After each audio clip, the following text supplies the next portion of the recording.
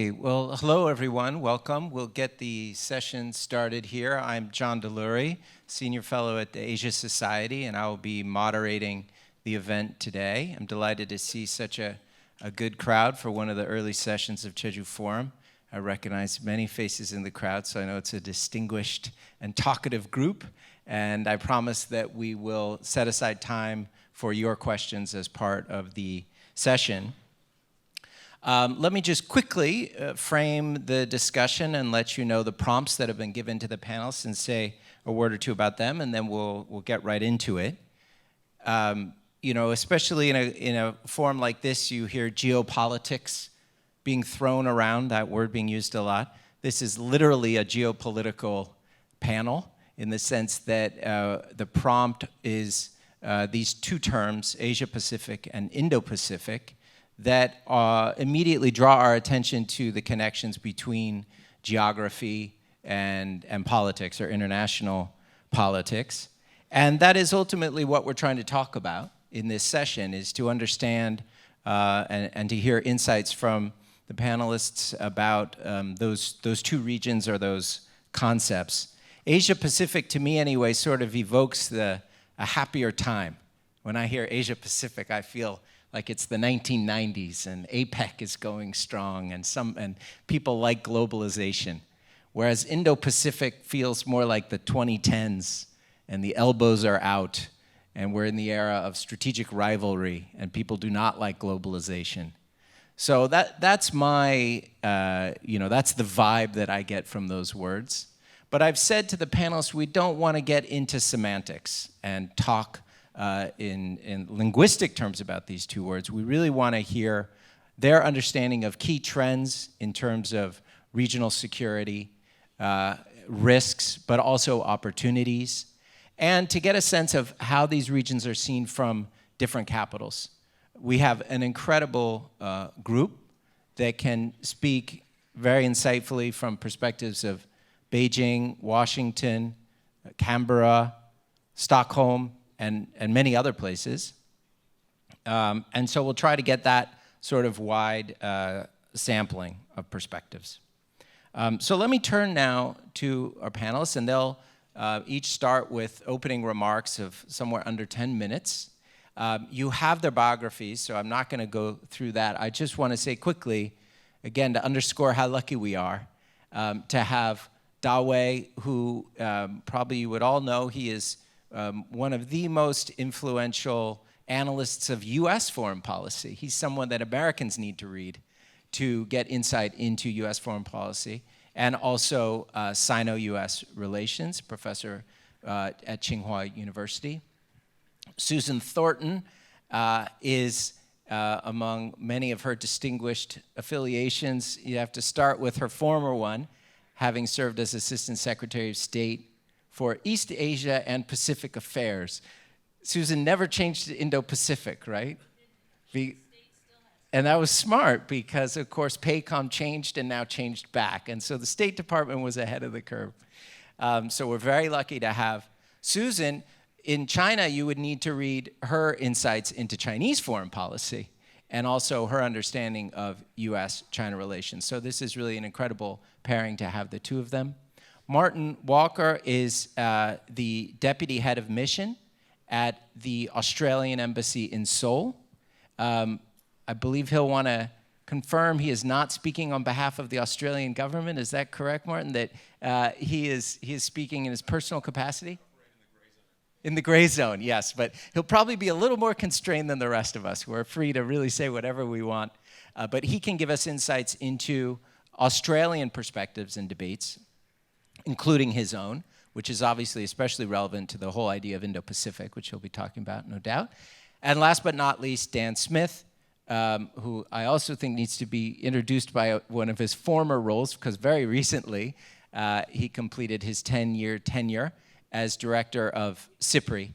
At SIPRI, which is of course based in Sweden and Stockholm, Dan oversaw an extraordinary program in Northeast Asian security. So from the other end of Eurasia, he's been following these regions as well and has a global perspective that he can share with us. So without any further ado, let's start our first round of remarks, and then we'll have a discussion here. Of course, feel free to ask one another questions, and then we'll have time to open it up to the group. So, Dawei, please. Okay, thank you, John. Thank you for your kind introduction, and I also want to thank Jeju Forum for having me here with the distinguished panelists discussing Asia-Pacific and Indo-Pacific. So, following John's earlier suggestion, I will start from, the issues or the topics that Beijing is discussing about these regional issues. Then I will share with you some of my thoughts on, or my personal view on those heated debate issue in China. I think in China about this regional issue, there are at least three issues under debate now. The first one is the U.S. role, or the U.S. Foreign policy or national security policy, how to balance the West Hemisphere and also the Indo-Pacific theater. So the debate is about whether the U.S. is, we call this is strategic retrenchment. Does this retrenchment mean the U.S. will leave this region or weaken its position in this region, only focus on the West Hemisphere or not?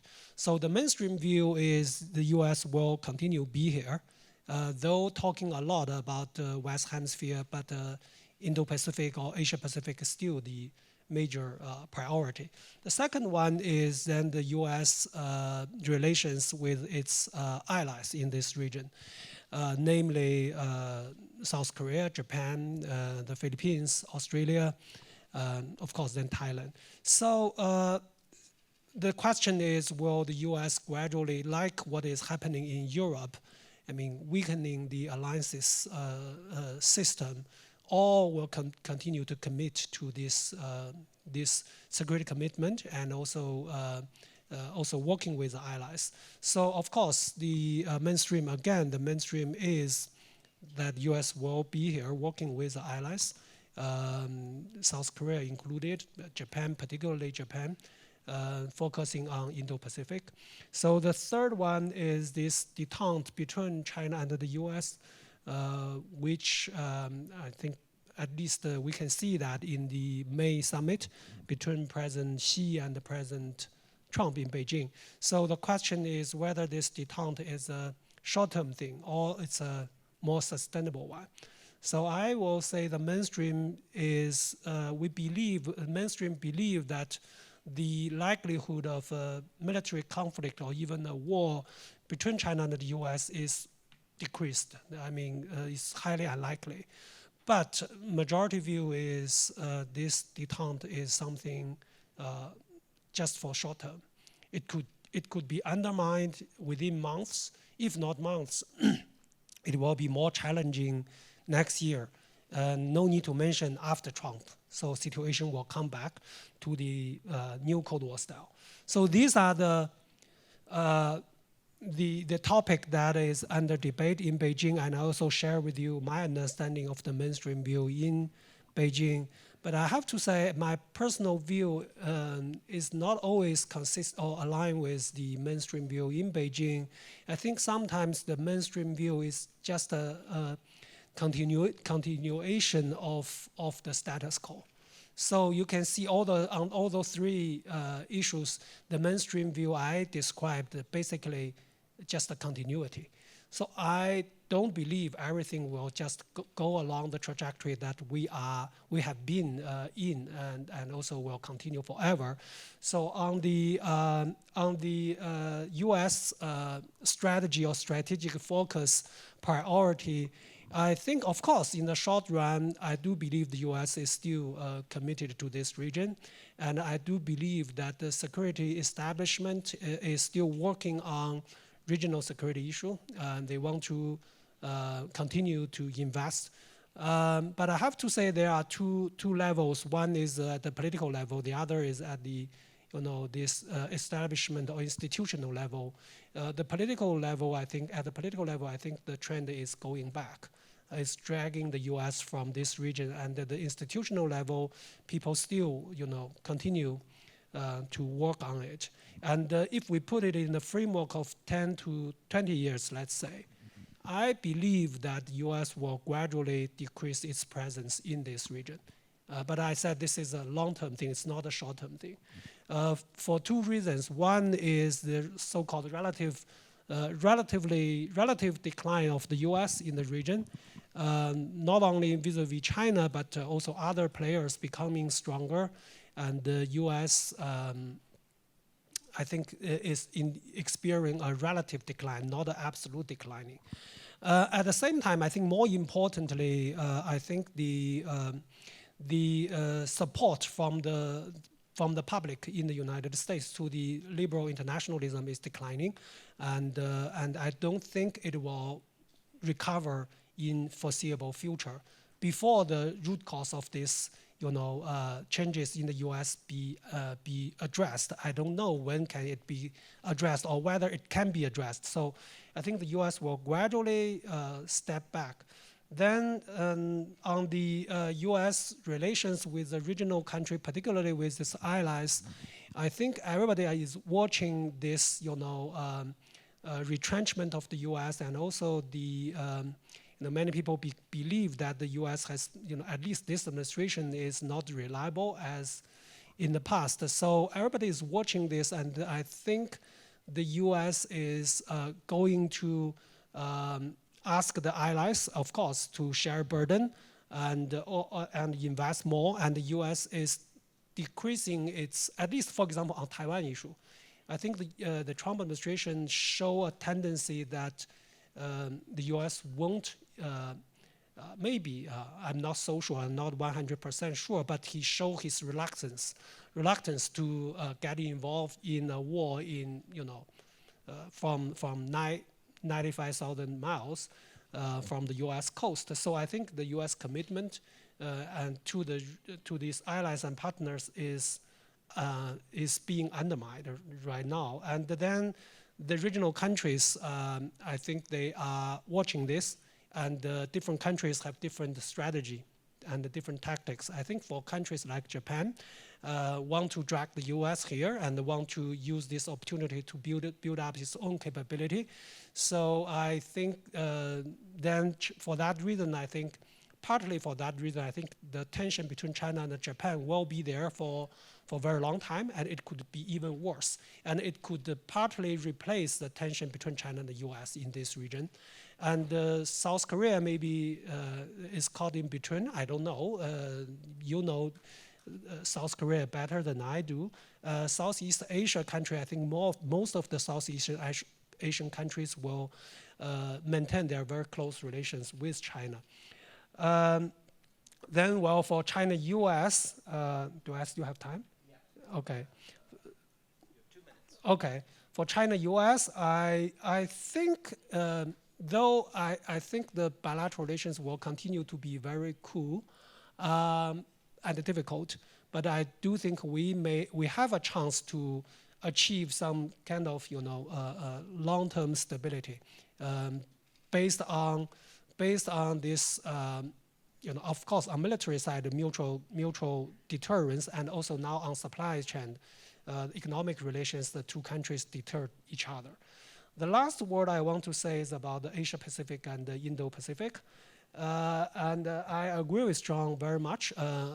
Your impression of these two terms. So China does not accept Indo-Pacific, the term, at all. We don't use that because we think Indo-Pacific is kind of the US effort try to working with a regional country contending China.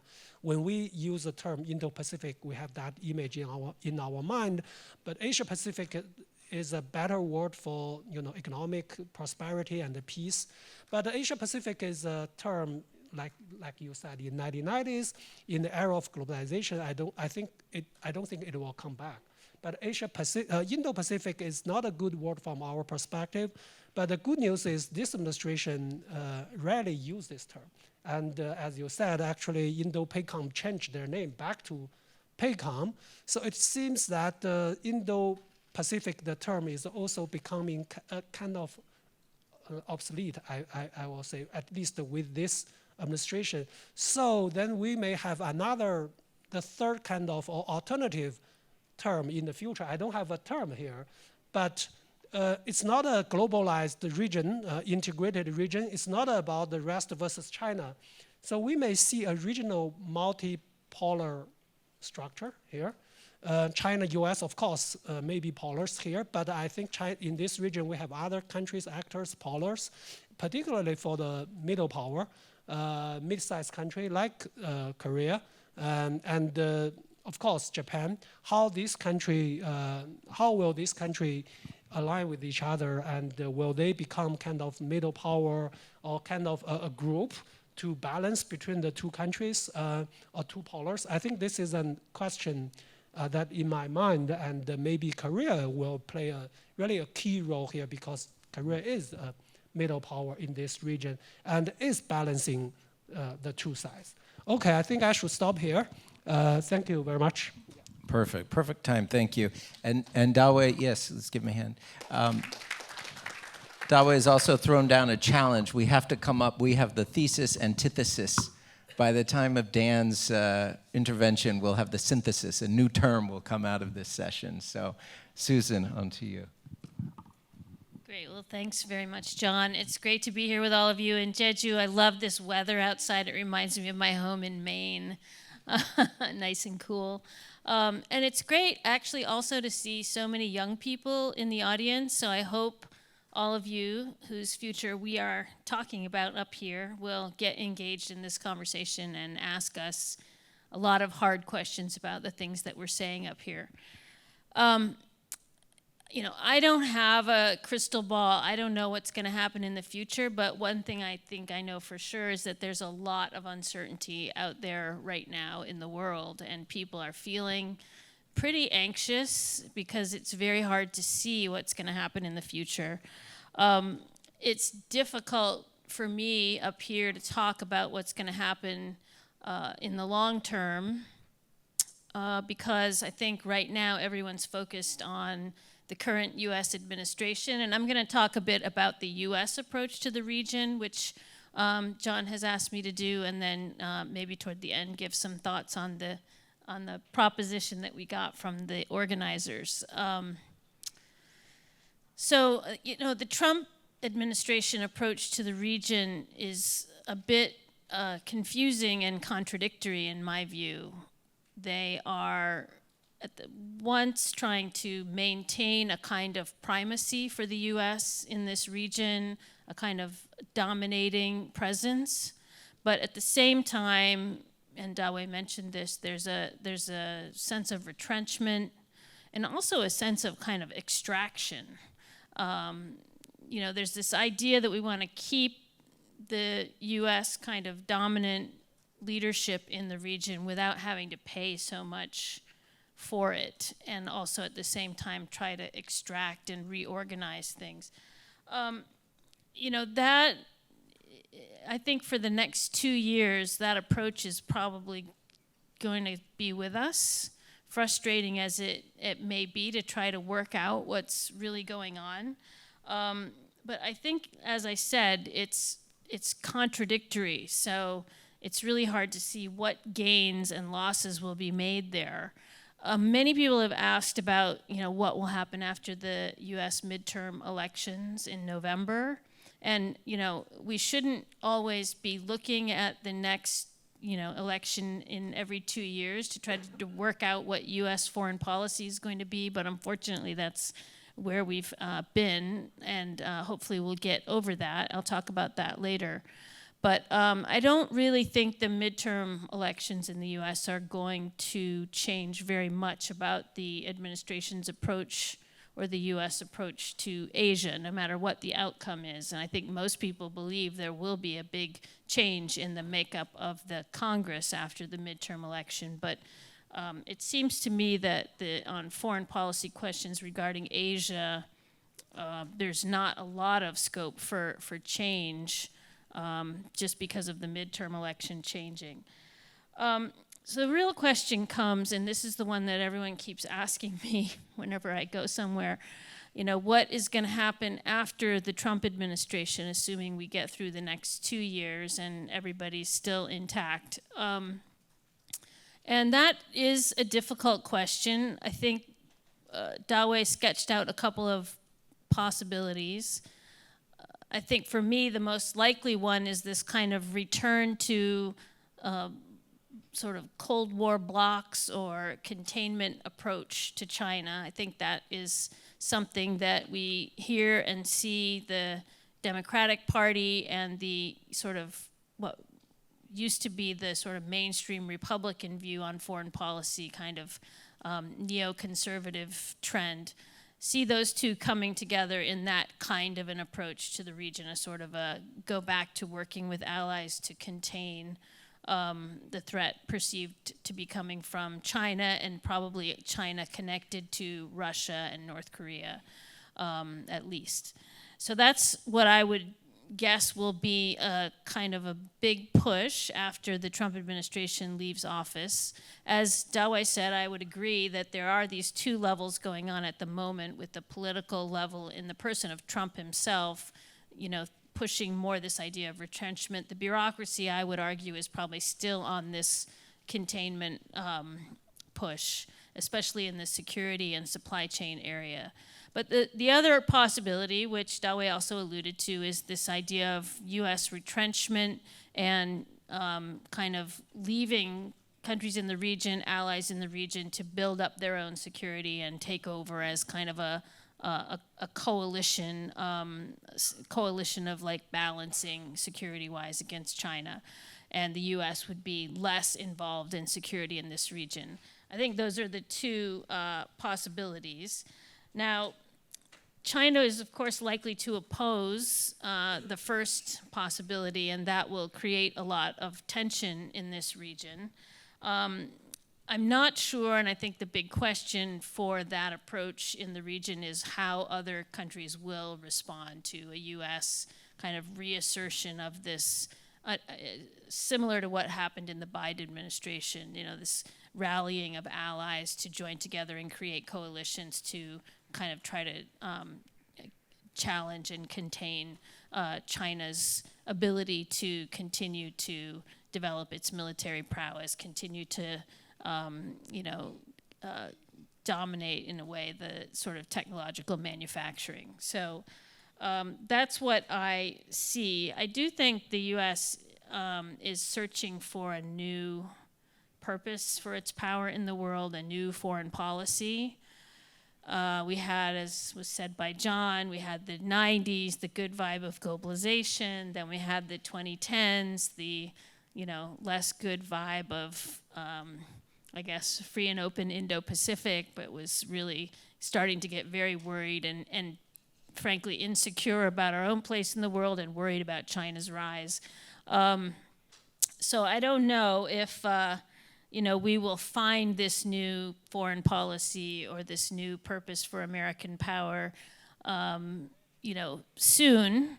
I tend to think that we need to find a realignment in our domestic politics before this foreign policy, this new purpose for American power, can emerge in the world. And I hate to tell you, but I think it's going to take at least another 10 years. We've been working on it for 10 years already. We haven't gotten too far.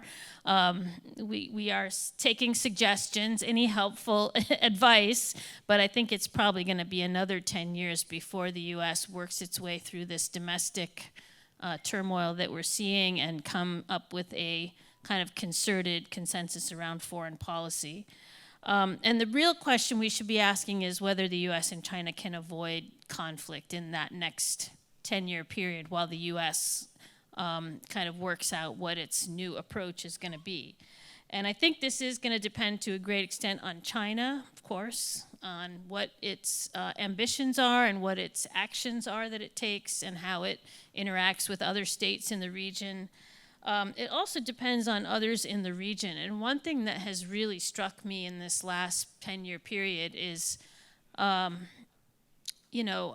reticent other players are in the region to get involved in this drama between the U.S. and China, and how willing countries are to just, follow this great power rivalry down the track that it's going and not come out with some alternative vision or some proposal for leadership or some other idea. It really strikes me that there is a vacuum in global leadership, and in that vacuum, the only global leadership that still to this day is ever mentioned is kind of U.S. leadership, and people tend to still be looking around the room for U.S. leadership on any given issue, even though in many cases the Trump administration has not been very interested or willing in providing that leadership. So I don't see China, frankly, stepping into this role. There's a lot of people in Washington that say China's,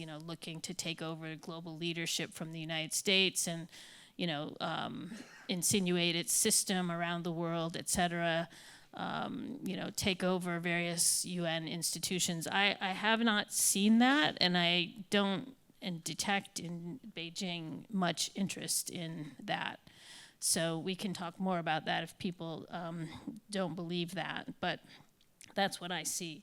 Japan, as was mentioned, is a key player and will be, in any scenario that I've outlined, stepping up and taking on more responsibility for deterrence, for security, for rallying the region around various initiatives, I think, leading coalitions possibly. And one thing that'll be very interesting is to see how the rest of the region sees that and responds to it, including, of course, China. I foresee certainly an increase in tensions between China and Japan, and actually they're already ahead of me.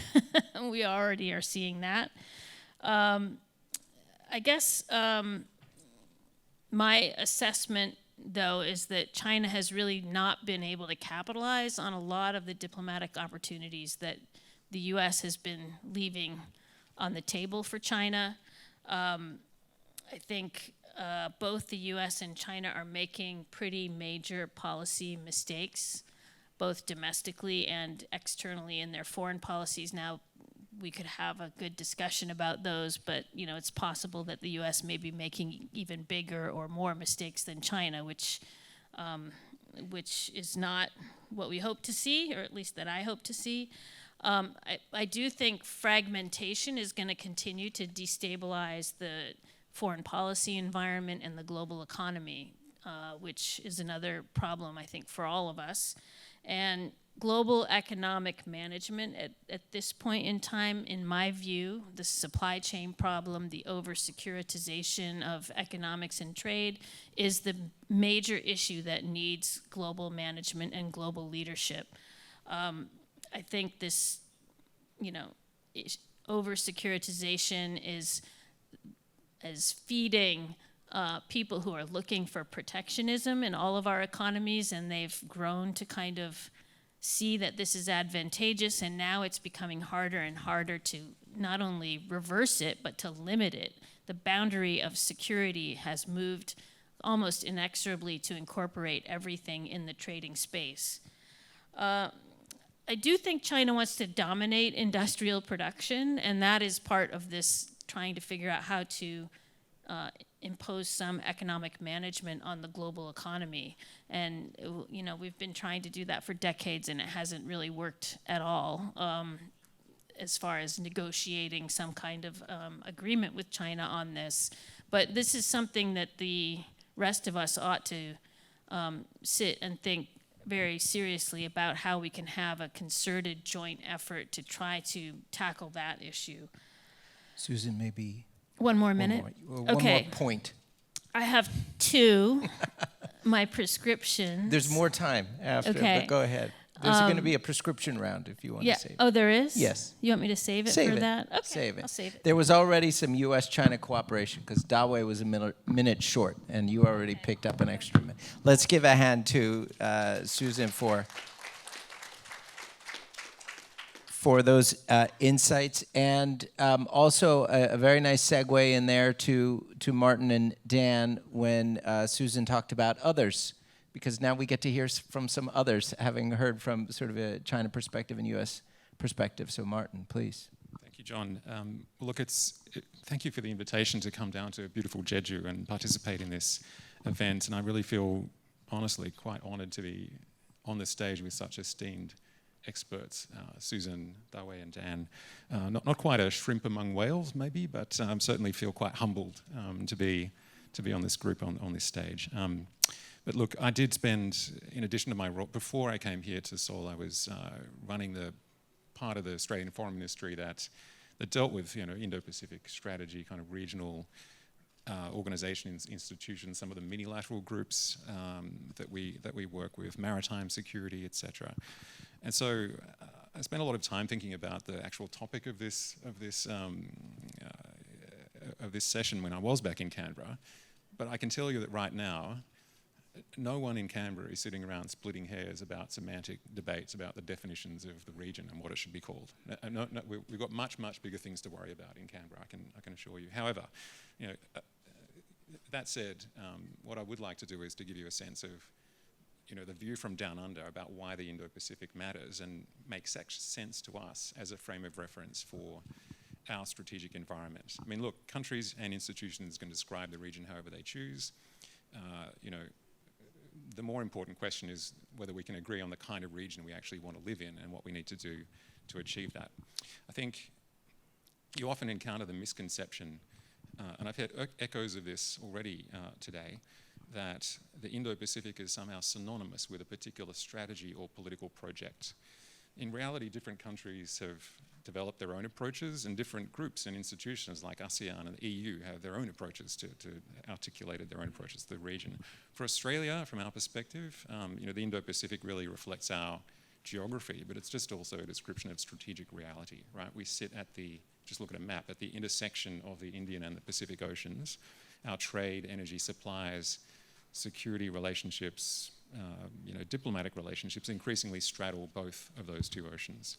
I think the rise of China, and in China's expanding maritime reach, the rise of India, and the growing importance of the sea lanes connecting the Middle East, South Asia, Southeast Asia, and Northeast Asia, all mean that developments in one ocean increasingly affect outcomes in the other. I think Japan, we've heard the Indo-Pacific described as a US project. It was actually Japan, I think, that deserves most credit for popularizing the Indo-Pacific as a concept internationally, but it was actually Australia back in 2013 in our defence white paper that year that was the first government to formally adopt the Indo-Pacific as the organising framework for our strategic outlook. And for us back then, it wasn't a geopolitical project at all. It was just an acknowledgement that the Indian and the Pacific Oceans could no longer be understood as separate strategic theatres. And I think one of the paradoxes of the Indo-Pacific debate is actually that China itself, while rejecting the term Indo-Pacific, as we've heard, China itself has done much to reinforce the logic of the concept. The Belt and Road Initiative, China's expanding commercial and naval reach across the Indian Ocean, and its increasing interest in connectivity between East Asia and the Middle East have all highlighted the extent to which the two oceans are increasingly part of a single strategic and economic system. The Indo-Pacific concept also, I think, reflects a world in which power is more evenly distributed than it was during the Cold War and the post-Cold War eras. Rather than seeing Asia as centred on one single power, or indeed two major powers only, it recognises the growing influence of a range of different actors and players in shaping regional order. This isn't a two-player chessboard. It's more complicated than that. Even if you leave aside the United States, the combined economic weight of India, Indonesia, Japan and Australia, for example, is already comparable to that of China and is expected to grow significantly by the middle of the century. I'm not saying those countries are automatically going to join forces and work together on every issue. I'm just saying the Indo-Pacific is not going to be shaped by a single great power or two great powers, but actually by the choices and the agency and the actions of a wider group of influential countries and groups. For Australia, I think the Indo-Pacific it's not anti-China and it's not a replacement for the Asia-Pacific. It's just an acknowledgement that the geography of power, prosperity and security has changed. But at the same time, we know the strategic environment across the Indo-Pacific has become more contested, right? Competition is no longer confined to military affairs. It's playing out across trade, energy, supply chains, finance, information, cybersecurity, and diplomacy. The challenge, I think, is not to eliminate competition, which is a normal feature of international relations. It's to make sure that competition plays out within a framework of rules and restraint that preserves stability, openness, and sovereignty for the rest of us. So that brings me to the question of what kind of a region Australia wants to see. I mean, if you listen to Australian ministers like our Deputy Prime Minister at the Shangri-La Dialogue or our Foreign Minister in her last major speech on these issues, the kind of terms you'll hear coming up. They talk about an Indo-Pacific in balance. That's a very important word, it keeps coming up. Or a favourable regional balance. Our Foreign Minister talks a lot about a peaceful, stable and prosperous region, open to trade and investment. Yes, Australia still believes in an open trade and investment environment. Resilient against coercion and governed by a set of rules that protect the sovereignty of all states. Penny Wong, our Foreign Minister, often talks about a region where no country dominates or is dominated. And when she says no country, she really means no country dominating. She talks about a region where every country, large or small, can chart its own course, where differences are managed peacefully and according to international law. Now, that vision might sound very out of reach at the moment. It might even sound utopian. The geostrategic environment is definitely deteriorating. We say that in our defence white paper. But Australians are a tenacious and determined bunch, right? And we think the answer to a more contested environment can't simply be to accept a region where power alone dictates all outcomes. It's to continue working with partners, I think, to preserve the conditions that allow countries to make their own choices and pursue their interests. So that's the vision. What are we actually doing about it? Well, let me frame it this way. Number one, investing in our own resilience. So strengthening our economy, protecting our critical infrastructure, cybersecurity, building more resilient supply chains, major investments in our defence force.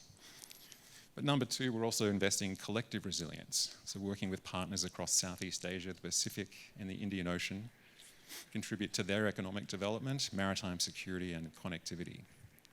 Number three, we're working with regional institutions. ASEAN-centred architecture matters a lot. The Pacific Islands Forum, of which Australia is a member, and the Indian Ocean Rim Association. Because these institutions, regionalism is, I think, one of the most effective ways for smaller and medium-sized countries to counter power asymmetries and to build habits of cooperation.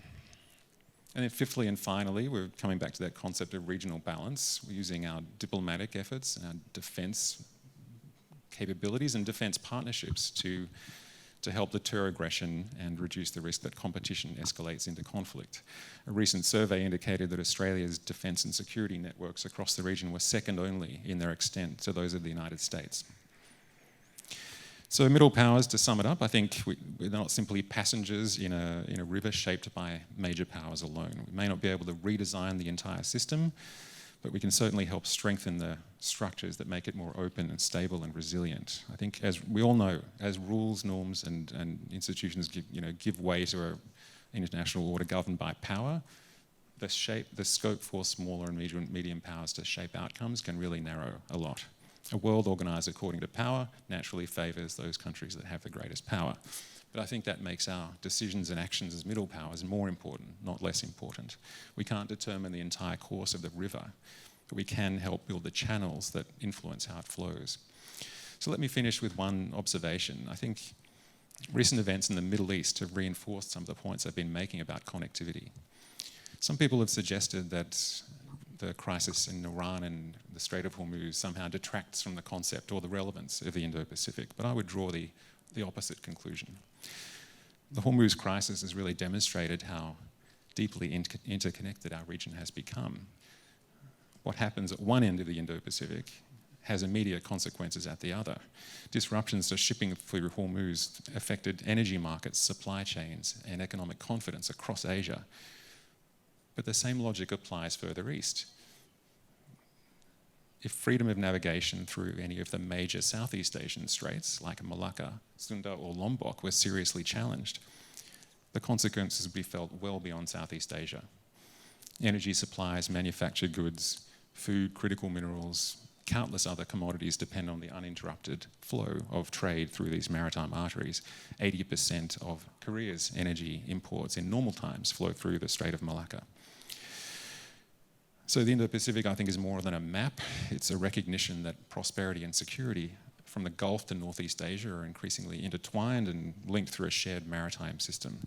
And for Australia, that reality only reinforces the importance of working with partners to maintain an open, stable, and inclusive international order. The Indo-Pacific doesn't replace the Asia-Pacific for us. As we've heard from other panelists, the Asia-Pacific kind of reminds us of the value of openness, integration, and shared prosperity. The Indo-Pacific reminds us of the strategic conditions that we need to maintain those achievements. So I think the task before us isn't to choose between the two terms, or maybe even to invent a third term. We can talk about that.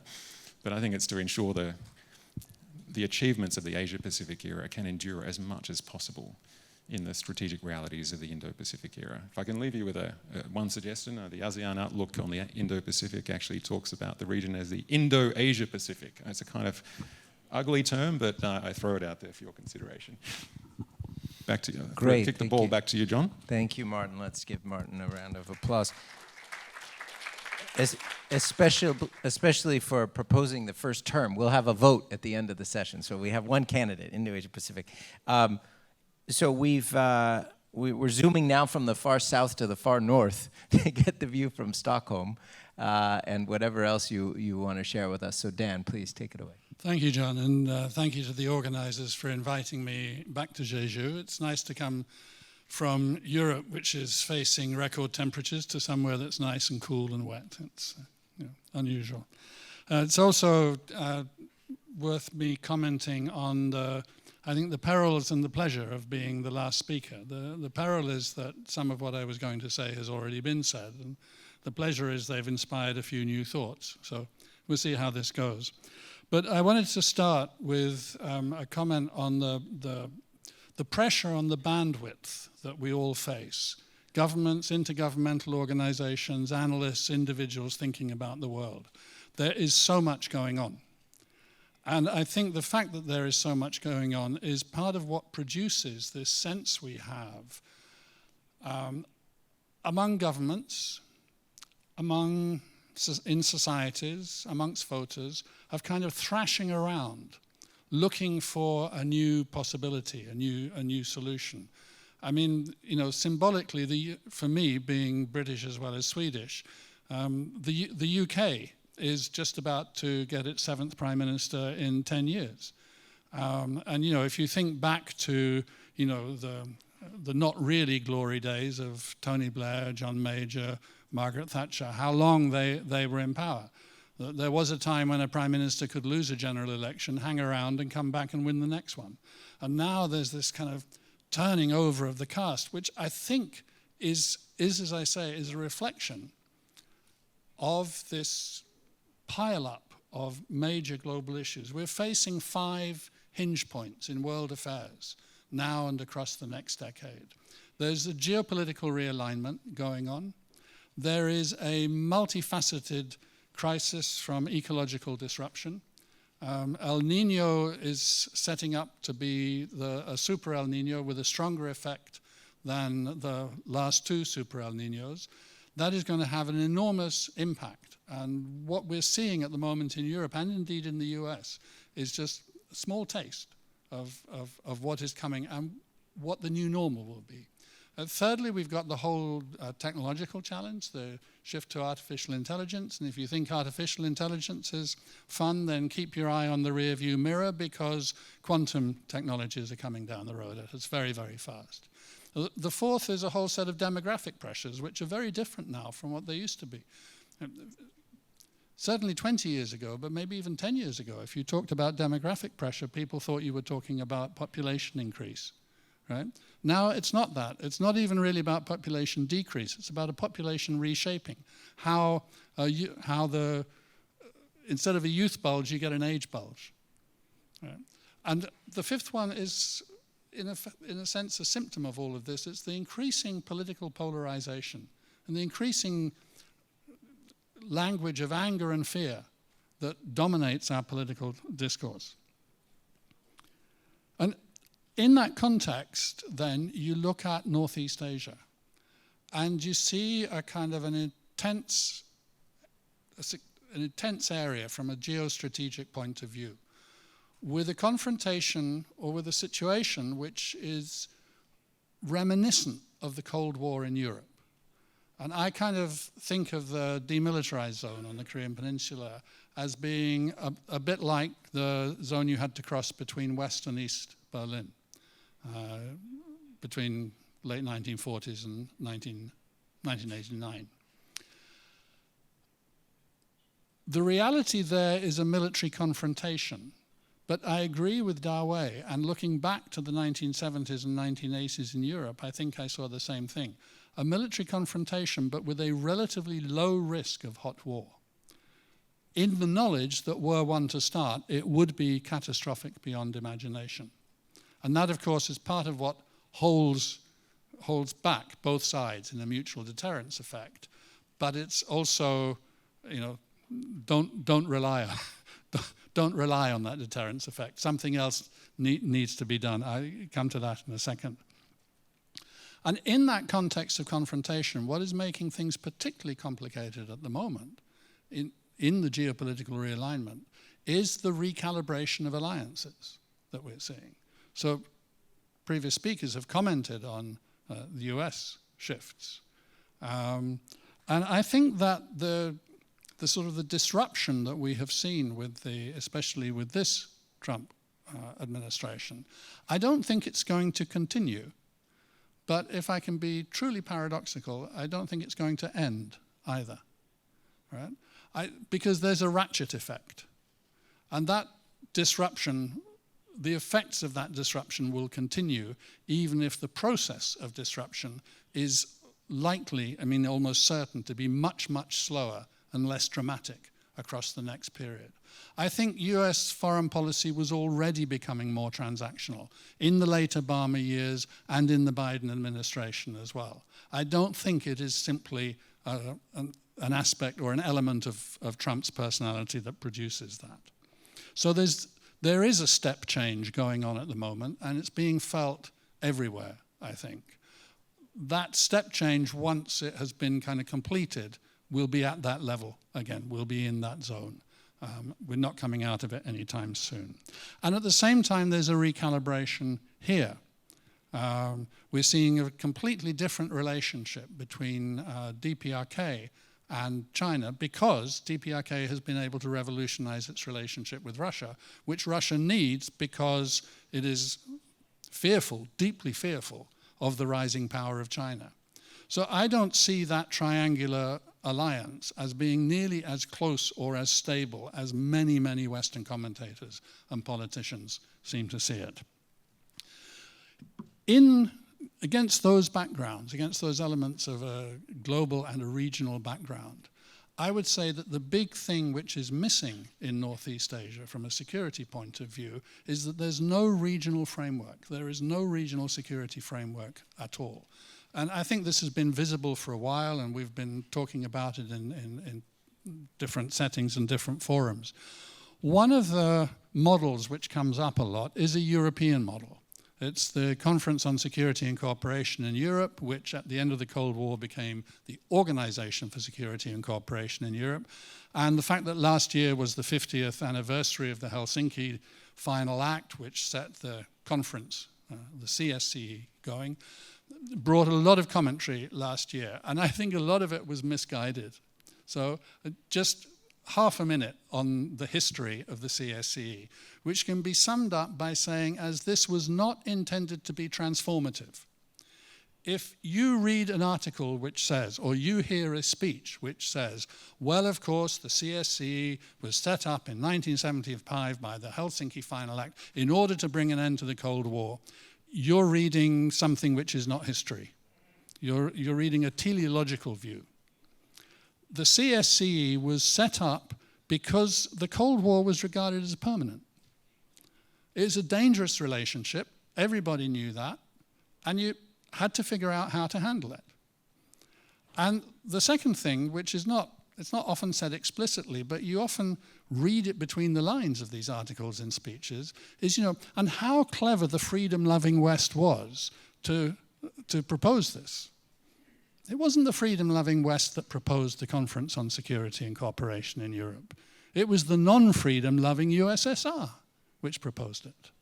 It wanted it not because the CSE was intended to do anything about freedom. It was because that would stabilize relationships. At last, you could have a forum in which you could discuss the difficult issues. And the CSCE was an extraordinary institution.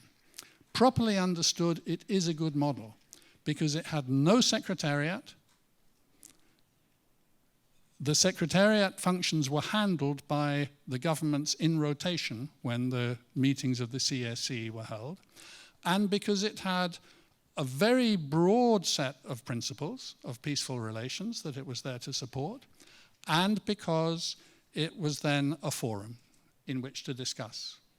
At the end of the Cold War, then it was revolutionized into the Organization for Security and Cooperation, which now, another 25 years later, has sadly become dysfunctional. So then I want to finish with, if we can suggest that some kind of minimalistic, low-level security framework is a good idea in the region, that could, it is true, help cooperation within the region on some aspects of those other 4 hinge points. Ecological disruption, for example.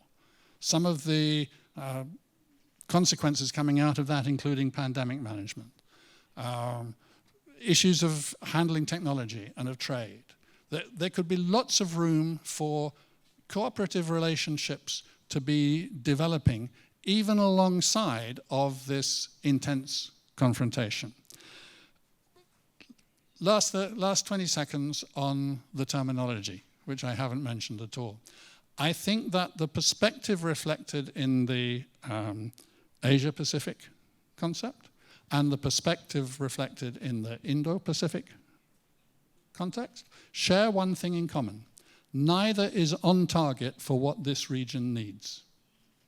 So I do agree that there needs to be some new concept come up. I don't yet have it. But I think that the image of wonderful cooperation on everything and living together and loving each other in the Asia-Pacific context, and of hard-nosed, hard-headed geopolitical confrontation that comes out of the Indo-Pacific concept, I think neither of those serve the interests and needs of this region. Thanks a lot. Okay, thank you, Dan. Yes. So the problem is when you give 4 brilliant people 10 minutes each, there's a lot on the table for us.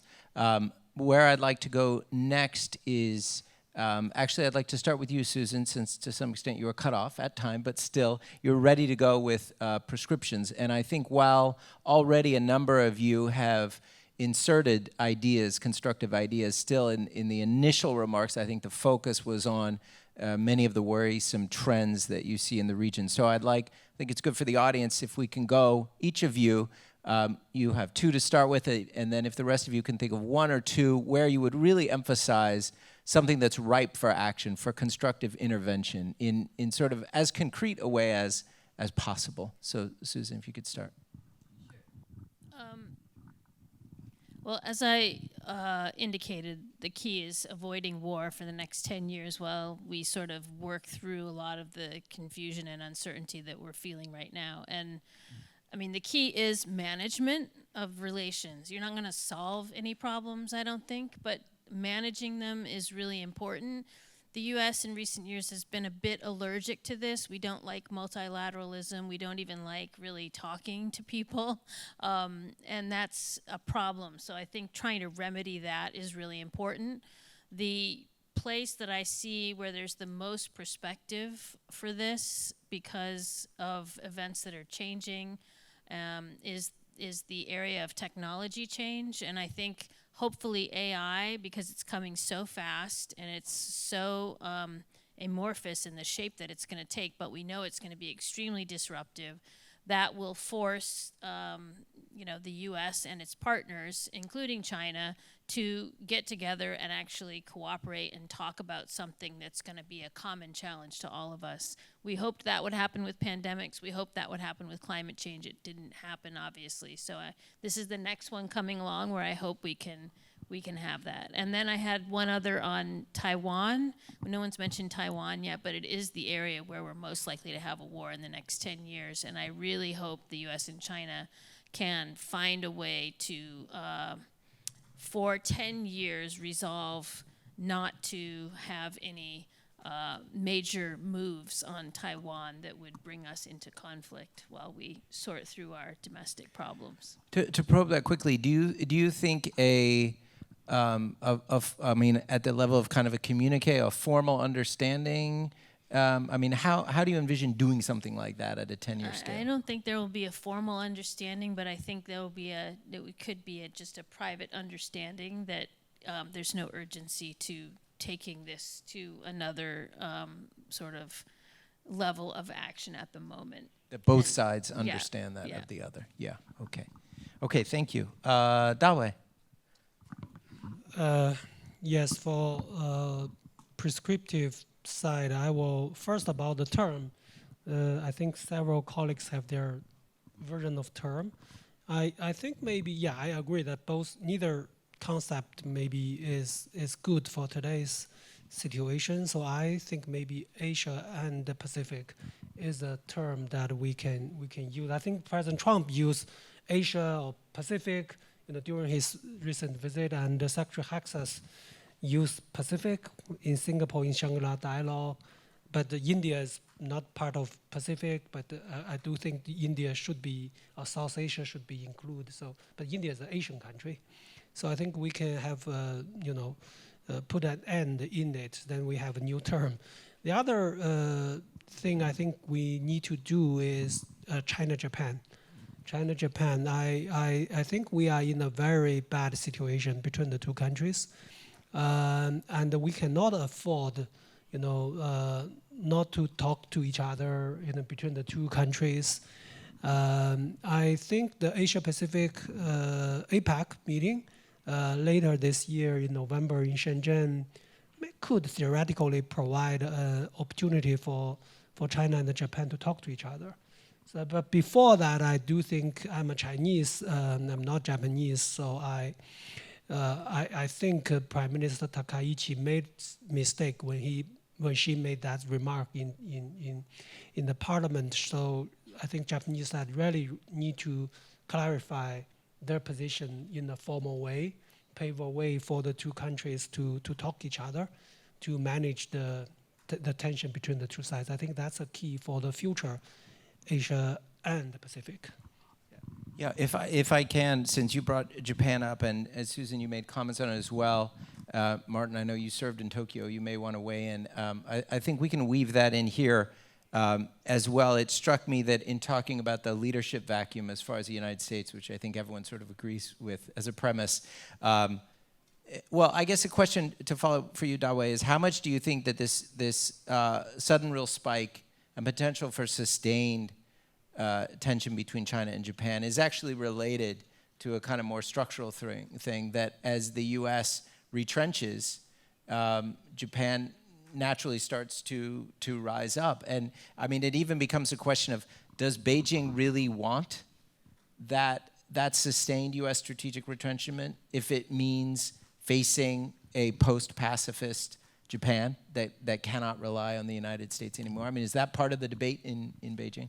Yeah, definitely. I think I 100% agree with you that I think the re-emergence of Japan in recent years is partly, at least direct related to the retrenchment of the United States in this region.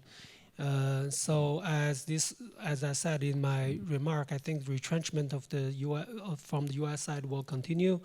Then I think the rise of Japan is something inevitable. So for China, this is a big evil versus a major evil versus a minor evil. No good choice.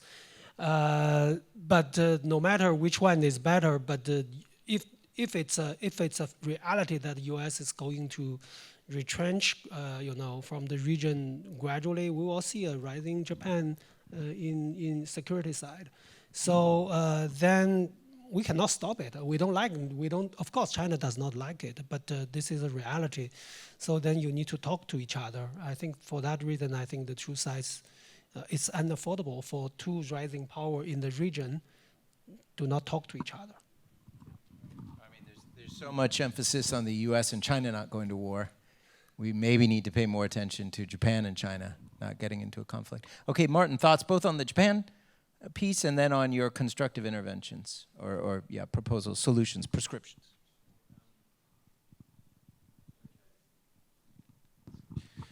Let me say something about what I think is unrealistic and then turn to something I think is more realistic. So I've been struck by, both in my posting in Tokyo and now here, how often I'm asked to speak on this idea of a kind of formal security guarantees and formal NATO-style assurances that might transform the security environment in this region. I know this is not a kind of a straw man in the sense that nobody has proposed this, and it's certainly not what Dan is proposing, but former Prime Minister Ishiba did make this proposal at the Asan plenum earlier this year. I mean, I think just from an Australian perspective, it's not realistic or desirable. I mean, the Indo-Pacific region, I think, is very, very diverse, characterised by more overlapping security interests than a single threat perception. I mean, NATO and perhaps the OSCE, they emerged from a world with very low levels of economic interdependence with the adversary, strong political cohesion, and a clear US-led security framework, right? The Indo-Pacific, this region, is almost the exact opposite. Multiple different risks, deep interdependence, diverse political systems, and I think strategic competition that runs as much through markets as it does through militaries. And I think from our perspective, the priority isn't creating new formal collective security structures, but more reinventing existing partnerships to get maximum effect and finding new forms of cooperation that keep pace with an evolving risk environment. And I'll propose one in a second. The US alliance for us remains central. We don't yet see evidence of the retrenchment that Dawei has spoken of. I do not rule out that it may occur at some time in the future, but the empirical evidence is currently not there. But our security relationships with countries like India, Japan, Indonesia, and the Republic of Korea are increasingly important as well. So we're seeing not the emergence of a formal collective security arrangement here, but more the growth of a kind of practical cooperation among like-minded countries through defense exercises, maritime security cooperation, intelligence sharing, defense industry cooperation. That strengthen collective deterrence, I think, without requiring a NATO-style treaty framework. So I think rather than trying to replicate European models, we should try and build a security architecture that reflects this region's realities and helps countries work together while preserving their own strategic autonomy.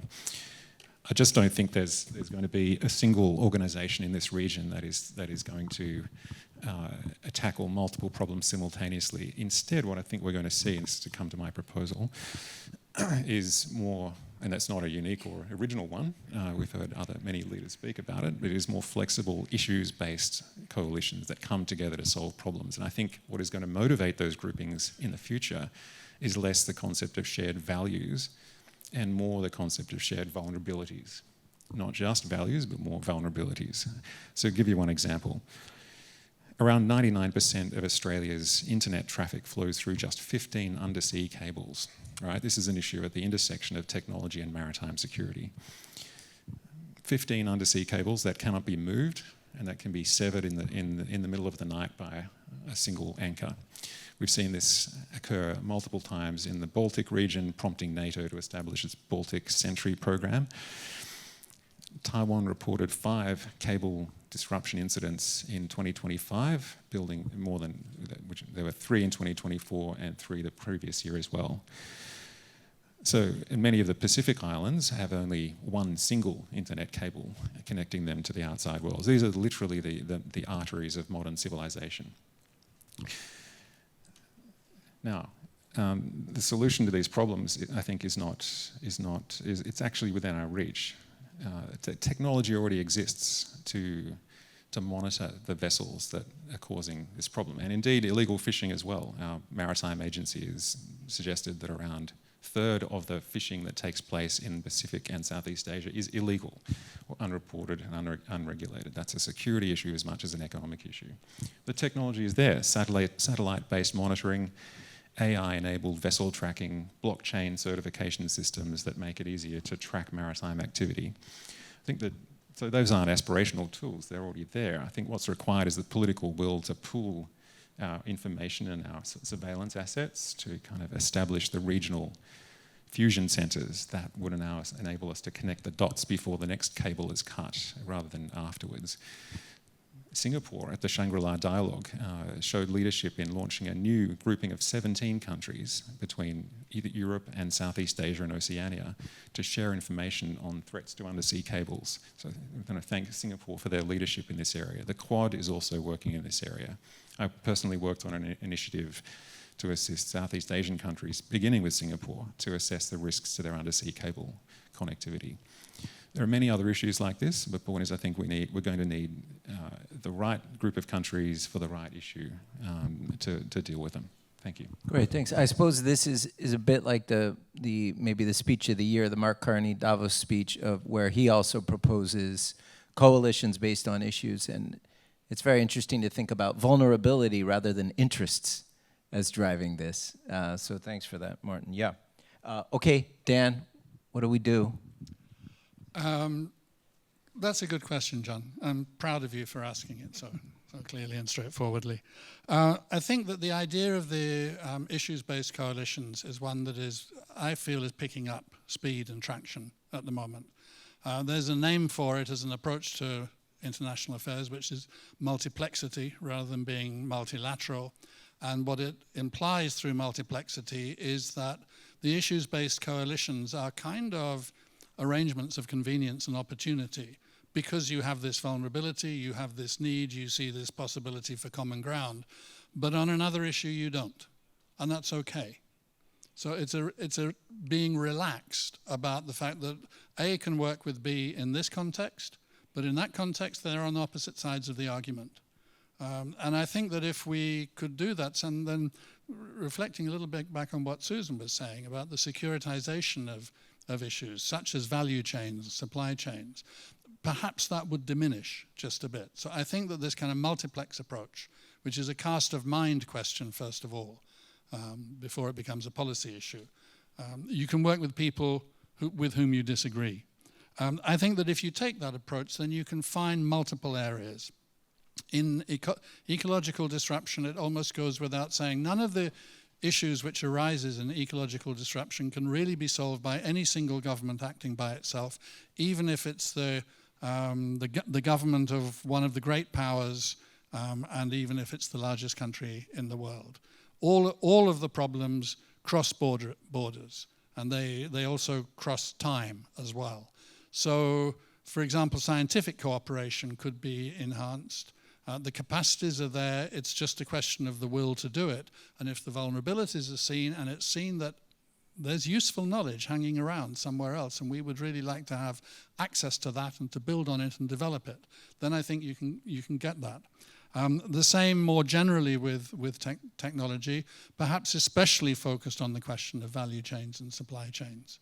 And certainly in geopolitics, where I would say, responding to Martin, first of all, there's a question of which region you're talking about. I'm talking about a much smaller region, about a Northeast Asia region as a component of the larger one, however we name it. And secondly, I think that if you take the multiplex approach, then you see that there is a need for forums, and there is a need to sit together, even if in the end you're not going to work together. Some of these questions are attitudinal questions that need to be changed in how we do our politics, both domestically as well as internationally. And some of them are really pretty straightforward, practical ones where all the tools are there to hand if we wish to pick them up. Thanks, Dan. I appreciate you mentioning Northeast Asia because in a way, one effect of this nomenclature, Asia-Pacific and Indo-Pacific, is that Northeast Asia, it has gotten even less attention. And maybe something is lost there because it exists. It's a more manageable size. These are gigantic geographical concepts. I want to give a chance for all of you to join in the conversation. I think we have microphones, is that right, that we can provide? So if you raise your hand, I'm happy to call on anyone from the audience. Yes, Professor Easley in the back there. Do we have a microphone that we can share? Right there, raise your hand, Leif, yeah. And if you could introduce yourself and fire away.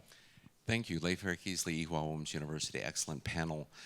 I think Dan might be right that neither Asia-Pacific nor Indo-Pacific meet the moment. But I'm not sure what to call it instead.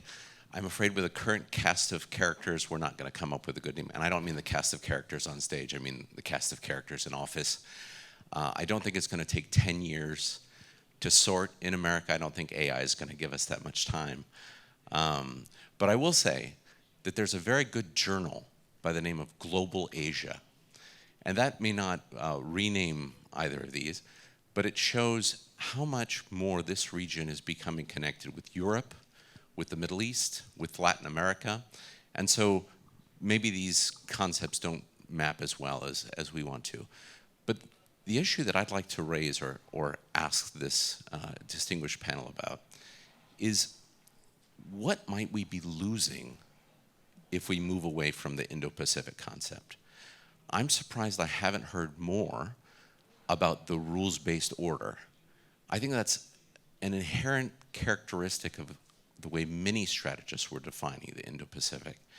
And the rules-based order component of regionalization and of regional definition, I think, must not be lost. It's just simply too inherent in the interest of so many of the like-minded states in the region. And the other thing that we didn't hear very much about is US-India relations. And I'm afraid that one of the reasons why Indo-Pacific is in decline as a concept or in nomenclature is because of the stress in US-India relationship. And I think that is a very, very worrying trend for the interest of not just the United States and India, but other like-minded partners, Quad members in particular. Love to hear your thoughts. Thank you. Thank you, Leif. That's a very good point about some lacuna there in our discussion. So 2 questions. Anyone who wants to can volunteer thoughts. Rules-based order. Are we still saying that? No. No, we're not saying the phrase, but we care about the thing. Go ahead, Susan. What are your I mean, thoughts? Martin talked a lot about rules, and I think anyone that works in diplomacy, as I have, cares a lot about the rules-based order. But really, the Indo-Pacific framing originally, as it came to the U.S. during the first Trump administration, I was there, was the free and open Indo-Pacific, emphasis on free and open. And I think we've already talked about how the Asia-Pacific concept from the 90s was also very much about free and open, building an economic order, building regional integration in the economy. So I don't necessarily take it that Asia-Pacific or Indo-Pacific, one of them was more focused on the rules-based order. I hope whatever we come up with in the future will be based on a rules-based order, but that's definitely not where we are at the moment.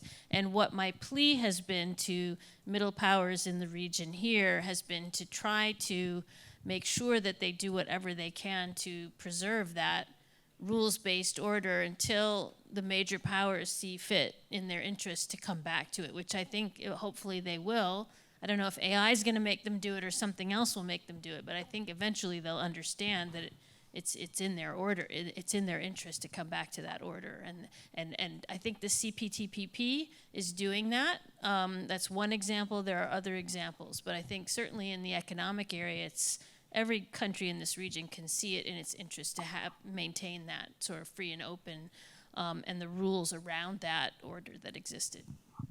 Thank you. Yeah, Dan and then Martin too. Yes, I want to make a couple of distinctions within there, which are probably rather irritating, but bear with me because I think something good comes out at the end. The first thing is that there has never been one rules-based order. There have been different orders with their different rules for governing different aspects of our international relations. And they have been established and set up under different processes. And I think it's quite worthwhile to remember this because it also means that today, as we bemoan the decline of the rules-based order, we're really talking, I think, primarily about the political part of it. Right? And we're not talking so much about the other aspects that govern trade, for example, or indeed the World Meteorological Organization. The second thing that I wanted to say is that in talking about rules-based order, what comes next and so on, I would make a distinction between the rules, which I think are in general extremely important, fundamental, and even existential.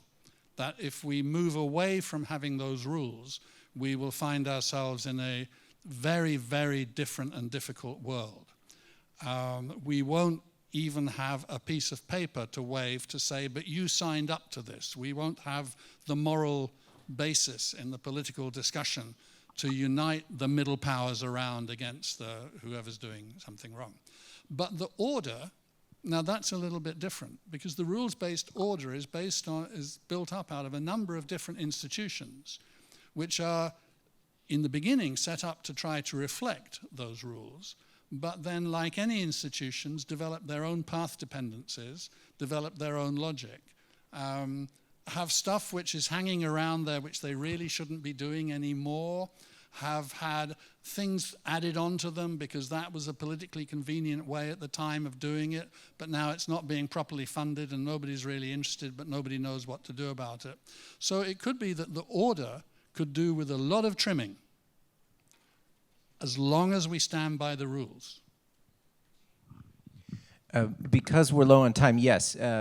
Professor Moon, and then we'll give a chance for Martin and Dawei and any other further thoughts. Yes, Professor. I have one question to Susan. Last week,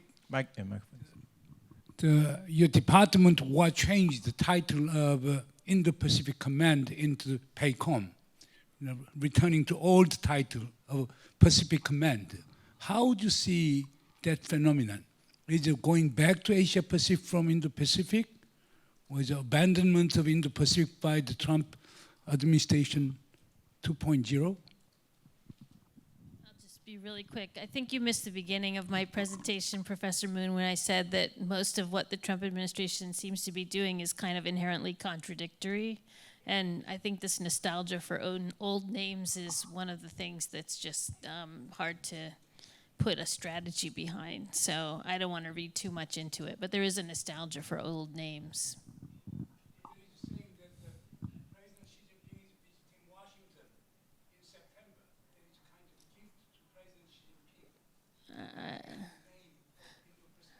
You have to ask Dawei how much Xi Jinping cares about this. I don't know. That's a good one. Did Xi Jinping at the Temple of Heaven request, please call it PACOM again? And we can maybe get one more, if there's one more question, and then we can get any final answers. Is there anyone else from, yes, right up here.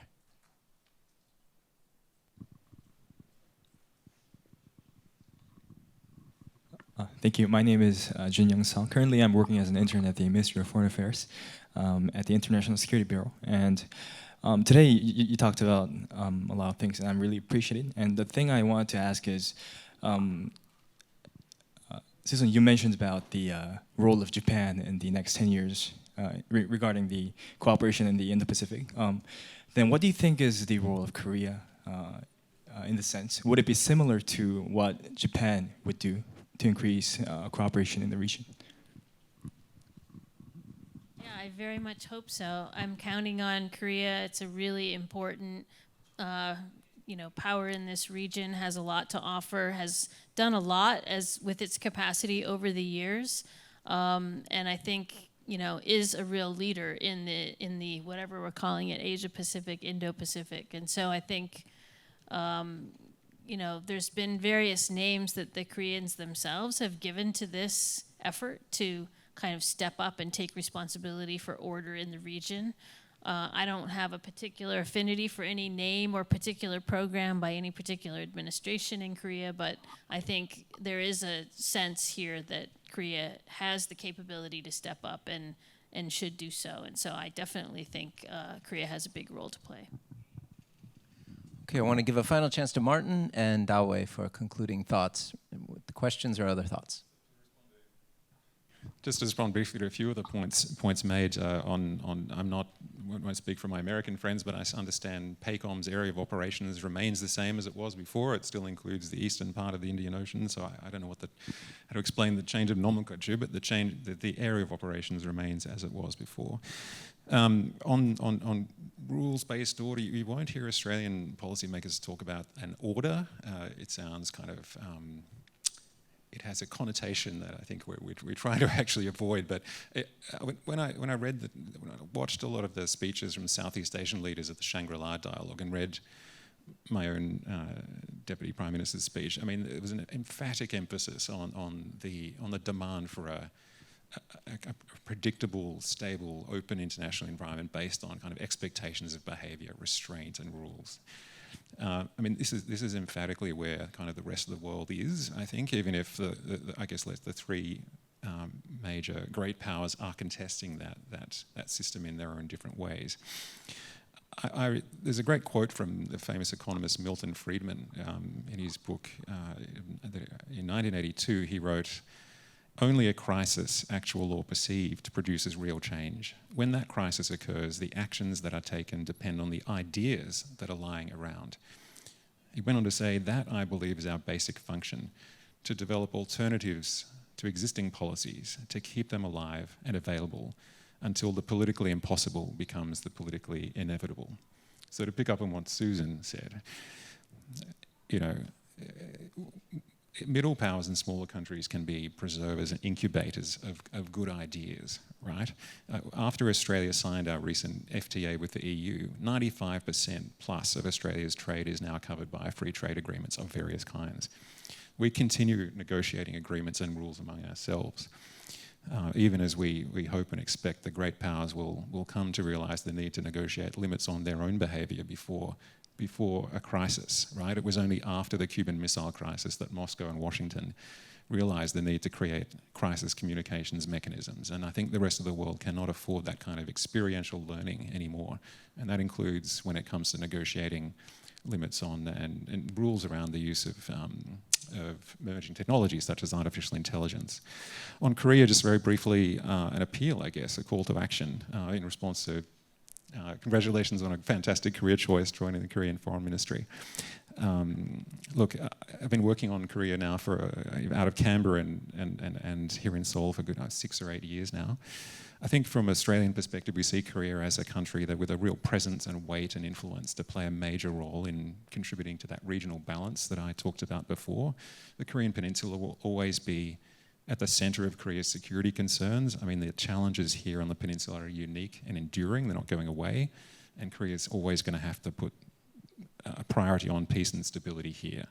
But I think Korea's influence today extends well beyond the peninsula. As a leading economy, technological superpower, a trusted partner and a fellow middle power with Australia, I think Korea's got the capacity to play a really important role across the region, so Southeast Asia, Pacific, Indian Ocean, as well as in Northeast Asia. That doesn't require Korea to adopt any particular strategy or framework like the Indo-Pacific or whatever. It just means using your strengths where they can make a difference as a development partner, a contributor to capacity building, economic security and resilience, and increasingly as an important security partner for many countries too. President Lee, in his first year in office, has clocked an incredibly impressive track record of engagement with the region, with not only with the US, China and Japan, but with Southeast Asia as well. So we see significant opportunities to work more with Korea as a fellow middle power with kind of shared interests and values. Make no mistake, the future of this region isn't just going to be shaped by two major powers alone. It's going to be shaped by the choices and the actions of countries like Australia and Korea, choosing to kind of contribute and collectively and work together. Thank you. Thank you, Martin. Okay, Dawei, last word. I don't know what kind of gift does President Xi want from Trump for a visit. Changing the name, maybe not big enough. But seriously, I do think the vanish of the concept of this Indo-Pacific is a good thing China wants to see, to be very honest, because we view Indo-Pacific as a concept against China. So if we read Biden administration's Indo-Pacific strategy, China was mentioned only in the introduction part. That was about why we need an Indo-Pacific, because China did this, China did that. So then in the chapters dealing with Indo-Pacific countries, the US, how does US deal with their relations with Indo-Pacific countries, China was not mentioned. So that means China is a target, China is not part of Indo-Pacific. So basically we don't like that. So for that reason, we don't like the term. And to Lef's question you mentioned about the rules-based, yeah, I agree with Susan. The Asia-Pacific is also a rules-based order.